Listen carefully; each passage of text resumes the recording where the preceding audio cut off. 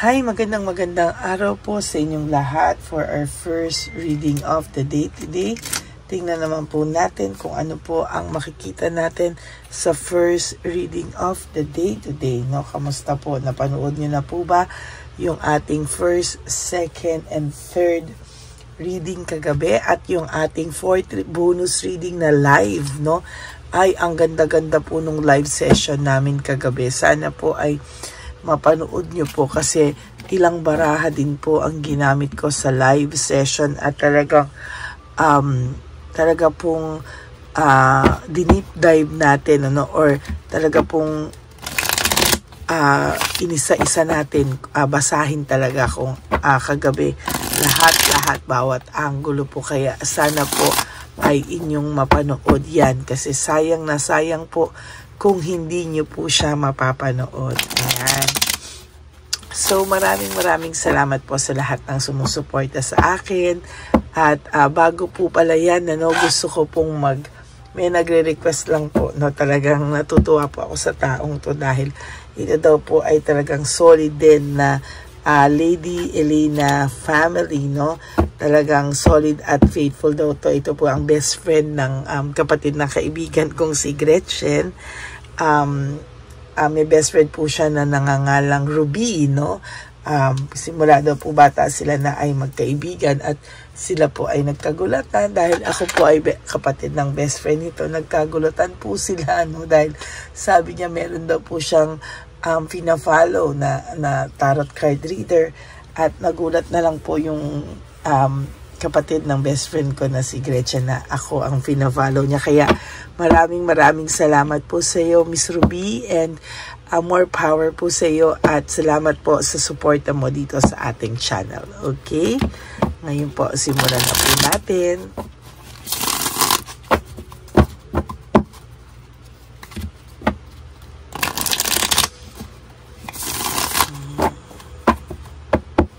Okay. Pabalasahin lang po natin. Siguraduhin lang po natin na ito ay ating nabalasa.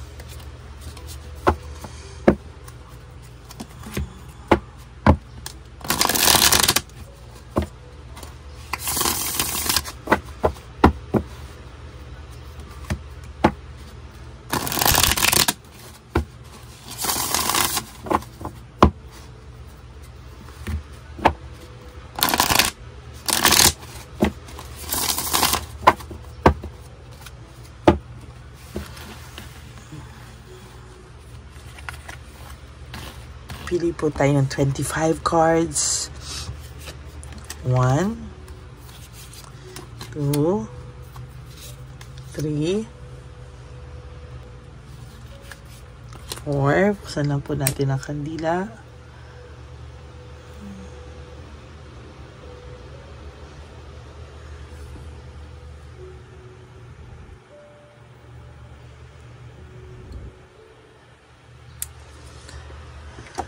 4, 5, 6, 7, 8, 9, 10, 11, 12, 13, 14, 15, 16, 17, 18, huwag niyo po skip to ha, 19, 20, dito po ako kumukuha ng 21 ng connection sa inyo, 22, 23, 24, and 25. Kapag kumukuha po ako ng connection, ano, ini-energy ko po kayo, no? Today is Friday at talagang sa nakikita ko po ay very powerful ang araw na ito, no? Ginusto niya pong lumayo sa iyo, no? Siya po ay lumayo sa iyo. Talagang plinano niya po, no, na nung bandang una hindi po kasi siya nag-iisip ng maayos, kaya plinano na lang po niyang lumayo sa iyo. Plinano na lang po niya na magpakalayo-layo sa iyo. Huwag ka na lang pong kontakin at huwag ka na lang po niyang Sa totoo lang, huwag ka na lang po niyang kontakin, at sa nakikita ko ay hindi siya mapakali sa ngayon. Ang iniisip niya dito, iniwanan ka man daw niya, at ginosting ka man niya, iniwanan ka niya, nasaktan ka man niya, pero ikaw daw ay babalik at babalikan niya. Itong taong to ay babalik at babalik sa iyo, no? Ilang beses ka man iwanan nito, ilang beses din po siyang babalik sa iyo. Hindi po siya makakatiis, no? Na tuluyan kang kahit po sabihin niyo sa akin ilang months, ilang buwan, itong taong pong ito ay babalik at babalik pa din po sa iyo, no?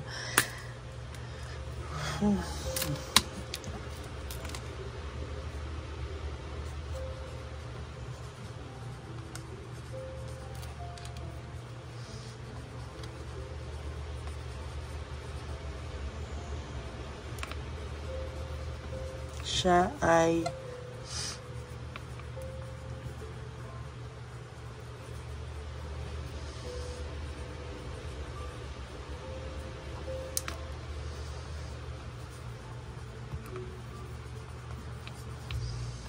iwanan ka man niya, siya ay babalik at babalik pa din sa'yo. Kahit ilang beses pa siyang umalis.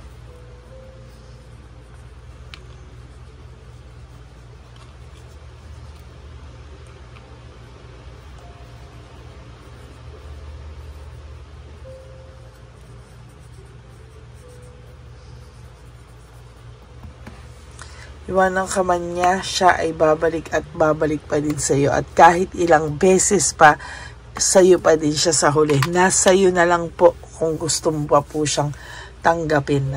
Sa nakikita ko po sa energy niya po, sa first reading ngayong araw na ito, nararamdaman ko po yung matinding desire niya, no? Sa totoo lang, ito pong taong to, Queen of Pentacles in reverse, is all about undecided na tao, no? Ito po ay naging moody, nasusuffocate niya po ngayon yung kanyang sarili dahil po sa pagnanag at pagseselos din sa iyo ng third party. Or for those of you na wala ng third party, naghiwalay na sila ng third party, this person is still undecided, no?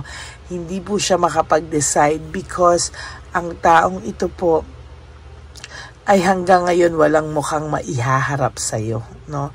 Pero siya po ay undecided, but the truth is kahit undecided itong taong to, alam niya po sa sarili niya ang pagmamahal niya ngayon sa iyo na meron siya. Meron pa rin siya pagmamahal sa iyo despite of everything na nangyari, ay talagang nasa puso ka pa rin daw niya, at siya mismo ay takang-taka, no? Judgment in reverse is all about failure, no? Yung failure po siyang harapin ang mga bagay-bagay sa ngayon, disappointed siya sa buhay niya, ikaw ang sinisi niya, marami siyang doubts, marami siyang doubts sa sarili niya, but hindi niya po ito maharap, no? There's failure, gusto niya pong harapin, pero failure po siya pagdating sa pagharap ng mga problema, no? Ang gusto mo lang naman daw po is clarity, katotohanan, no? Ang gusto mo lang yung ano yung ginawa mo at ano yung epekto, cause and effect, at paano mo ito babaguhin, Sa nakikita ko po ay talagang may nahihirapan po itong taong ito sa pagtanggap, no? Ang problema niya. Ang problema niya talaga, hindi siya makaharap sa iyo. Ang problema po nitong taong to ay sobra siyang hindi makaharap sa iyo, no? Ayan, Four of Swords is all about gusto nitong magpahinga, restoration, Gusto niyang mag-reflect, no? Gusto niyang iwanan muna lahat sa back of his mind or her mind, no? Gusto niya po lahat ay iwasan muna, at talagang sa nakikita ko dito ay totally mas mahihirapan po siya sa mga magaganap, o mas mahihirapan po siya sa mga susunod na panahon sa buhay niya, no? Gusto niya, yun sinasabi ko, gusto niya mag-rest, mag-reflect, restoration, mag-recharge. Ganon din po dito. This is all about reflection as well. Enlightenment, no? Gusto niyang makita o ma-enlighten ano ang kanyang mga planong gawin, ano ang gagawin niya para makalabas siya sa sitwasyong pinasok niya, no? Ano ang gagawin niya para siya ay totally makalaya sa sitwasyon kung saan ito ngayon ay hirap na hirap, no? Ang sitwasyon niya po ngayon ay talagang magulo, no? Magulo, no? Sa nakikita ko po dito ay talagang hindi po maganda ang lagay nito ngayon, ano? Na-ruin po lahat sa kanya. Marami po siyang pagkatalo, marami po siyang failure. Parang wala na siya itong pag-asa sa sarili niya. There is this hopelessness akong nakikita, no? Hindi niya po mabalanse ang buhay niya ngayon. There is this disorganized, very disorganized po siya. At ang dami niya pong chaos na overwhelming po ang nangyayari sa taong ito. Very disorganized po siya. Hindi katulad nung siya ay nasa iyo, no? Siya po ay naging stagnant sa buhay niya. Parang paulit-ulit na failure, paulit-ulit na problema, paulit-ulit na chaos. At sa totoo lang po, pabalik-balik at paikot-ikot lang po siya sa ganyang klaseng sitwasyon. Ang tao pong ito, sa totoo lang, ay may hindi niya po talaga alam kung ano po ang gagawin niya sa ngayon. Talagang kailangan niya daw po ng wisdom, no? Kailangan niya daw pong mag-isip, no? Kailangan niya pong maging balanse at consider ang mga bagay-bagay sa buhay niya. No, medyo hirap po itong taong ito sa ngayon. Talagang magulo po ang buhay niya. Marami po siyang cruel things, no? Pinapakita niya po ngayon ay panay superficial, mga hindi totoo. Ito po ay distracted. Ito po ay Page of Wands in reverse is all about distraction, depression, and very unstable. At may mga bad news pa po itong natatanggap sa buhay niya ngayon, ano? Marami po siyang bad news at hindi niya po akalain na mangyayari po yan sa kanya, no? Ang tao pong ito ay nakakaramdam ng matinding pagkalula sa mga bagay-bagay sa buhay niya, no? Sa nakikita ko din po talagang gusto kanyang i-approach, no? Gusto kanya i-approach, gusto niyang maging fair, gusto niya, may resentment po itong taong to. Yung tao pong ito ngayon, may resentment po siya, ngayon po siya nagugulat, no, na bakit bigla siya nagkaroon ng resentment after all na ginawa niya sa'yo, bakit daw bigla all of a sudden nagkaroon daw po siya ng resentment, no? At sa nakikita ko po, bigla po siyang nalungkot, no? Bigla po siyang nalungkot, bigla po siyang nagtaka why all of a sudden bigla niyang dinamdam, yan ang tamang salita, salamat po. Bakit niya dinamdam bigla yung pagkawala mo sa buhay niya, na samantalang noon ay hindi naman daw po niya ito dinadamdam, no? As a matter of fact, ang taong ito ngayon ay puno ng pagsisisi, no? Hindi niya po akalain na darating siya sa point na ay magsisisi rin pala siya sa mga kasalanan niya sa iyo, kasi dati po parang okay lang siya, no? Parang wala lang sa kanya lahat, pero now parang may pagsisisi po siya at hindi niya po alam kung ano po ang kanyang gagawin sa kanyang buhay, no? Yan po ang nakikita ko.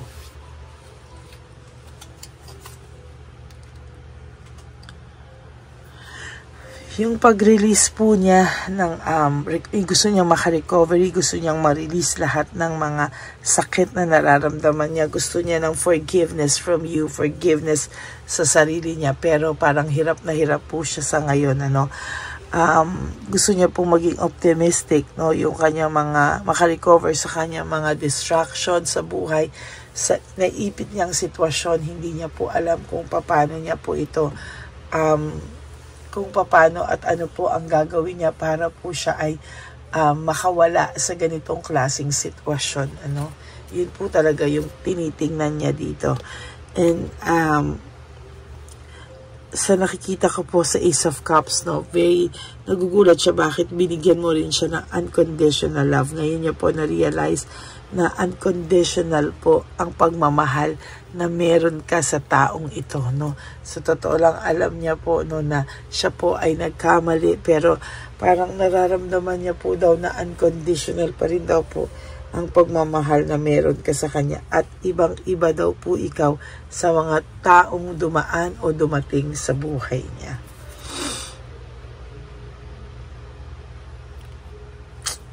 Yan, no?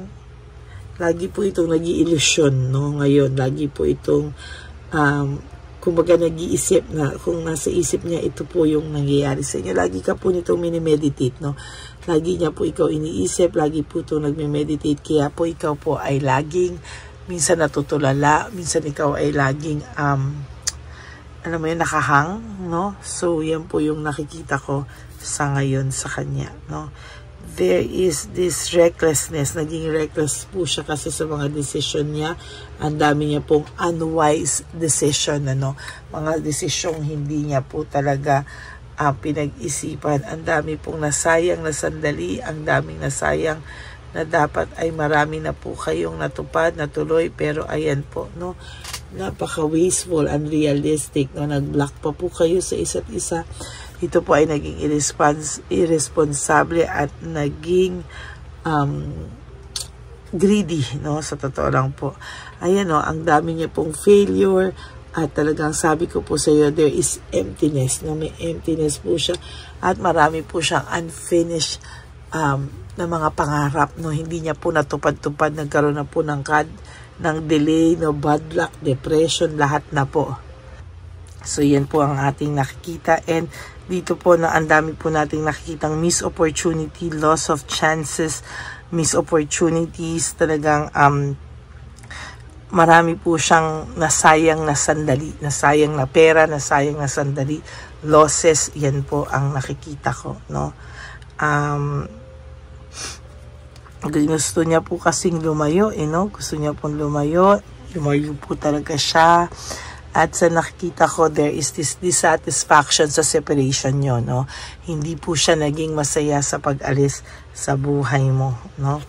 Yan po ang nakikita ko. At sa nakikita ko, maraming cruel things ang nangyari sa kanya because of yung pagiging matigas ng ulo niya, no? Talagang binalikan po siya ng mga ganyang, may frustration po siya, delays, jealousy. Talagang itong taong po ito, sasabihin ko sa iyo, hindi niya kakayanin talaga na magkaroon ka ng iba. Hindi po talaga, no? Very imposibleng mangyari. Kahit po sinabihan ka pa ng tao na to na maghanap ka na ng iba, no, hindi niya po kayanin. Ang dami niya pong chaos ngayon, parang give up na po nito, walang rewards, wala po siyang blessings ngayon, yan, napakahirap po talaga. And sa nakikita ko po dito, there is confusion, very confused ang taong ito at talagang darating ang araw na itong tao na to ay lalapit po ito sa iyo, no? Magkakaroon po ito ng progress at talagang there will come a time ikaw ay lalapitan po nito at kayo ay mag-uusap sa tamang araw at oras na tinakda para siya ay tumakas na ang loob, humarap sa'yo.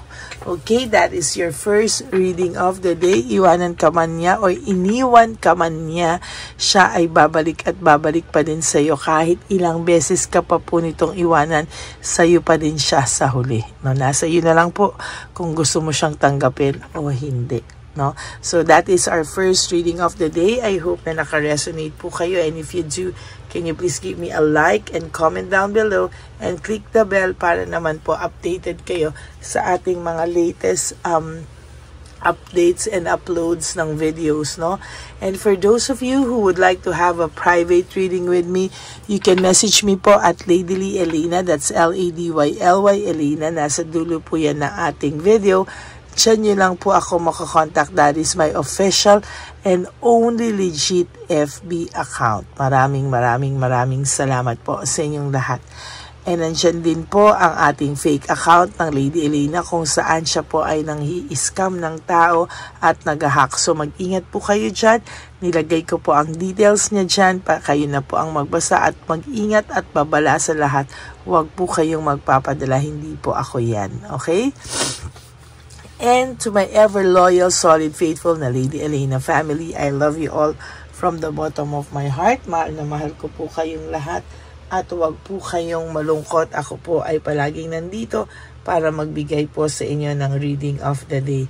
Maraming salamat po sa inyong lahat. And please no skipping of ads. Tulong nyo na yan sa ating channel. Okay? God bless you all. And ang lagi ko pong bilin sa inyo ay just wake up each day. You do 3 things that will make you happy for the day. Prioritize yourself. Be grateful, no, because we are still alive, no. Meron pa po tayong buhay na ipinagkaloob sa atin para maayos natin ang ating buhay. And you have to love yourself because self-love is still the best love of all. Maraming salamat po sa inyo lahat. And you also have to realize that life is so short. Don't make it shorter by stressing yourself from all the pains and heartaches na binigay sa inyo ng kahapon.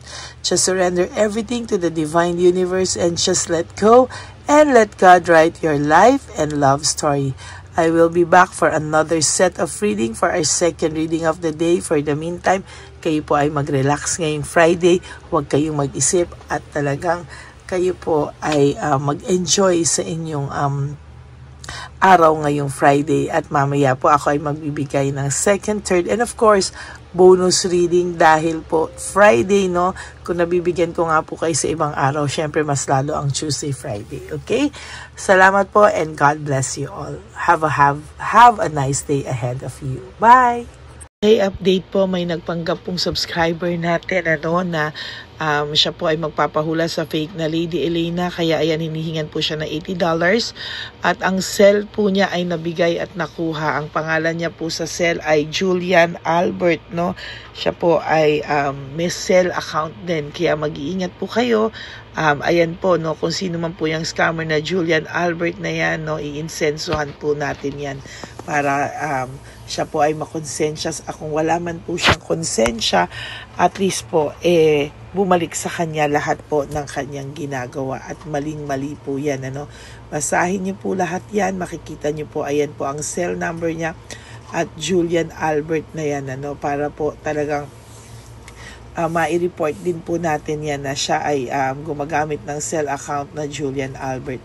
Mag-ingat po kayo, ayan po yung number niya, ayan po yung pangalan niya. Huwag po kayong magpauto. Nakita nyo naman po, no, napakalayo po ng pangalan ko sa pangalan ng pinagsesendan nyo po ng account o ng pera. Kaya mag-ingat po kayo at beware sa scammer na to. At talagang ayan po, pinost ko po ang kanyang pangalan dito para maging babala po sa inyong lahat. Maraming salamat po. At mag-ingat po kayo, paki-report po ang page na yan, ang messenger niya na Lady Elena. Maraming salamat po and God bless you all. Ayan, sa susunod po makikita niyo yung account niya na i-report niyo. Salamat po na marami. Magandang gabi po ulit sa inyong lahat. Ako po ay muling nagpapaalala sa inyo na mayroon pong lumalabas sa FB at Messenger account na fake account po, no, nang hihingi po ng $25 through PayPal at hindi po yan totoo. Huwag po kayong maniwala dyan. At pag sinabi mo po na gusto ko pong marinig ang boses nyo or makita kayo, ang sasabihin po ay magbibigay kami ng link.